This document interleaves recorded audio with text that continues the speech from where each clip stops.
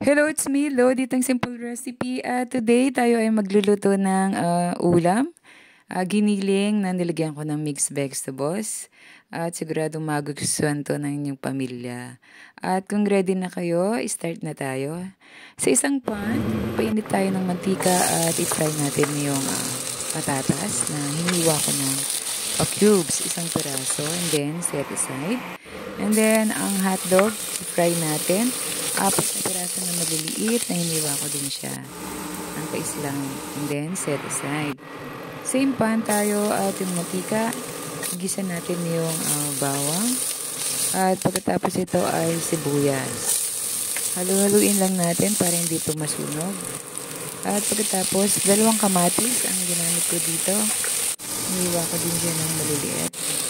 At kapag okay na, pwede na natin isama ang 1 plate na pork giniling. Yan. Haluin lang natin siya. And then, pagkatapos, lagay tayo ng soy sauce.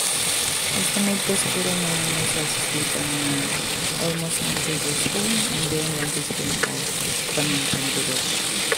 Haluin lang natin siya at lagyan, takpan natin hanggang ito ay mag-moist. Yan.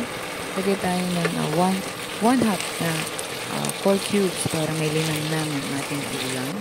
Then, lagay tayo ng tubig para pakaluin natin yung giniling hanggang sa ito ay lumambot. Lagay tayo ng calamansi juice, 7 pieces. At yan. Lagay tayo ng bell pepper. At yung mixed vegetables na binili ko, 1 small pack lang and then kalahati ang gamit ko.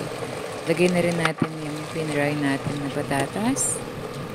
At yung hotdog na sinet aside natin.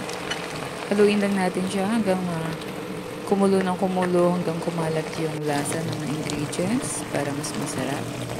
Ayan. Calamansi juice ang ginamit ko kasi para mas matagal ang buhay ng ulam. Diba? So, ayan na. Almost done na tayo.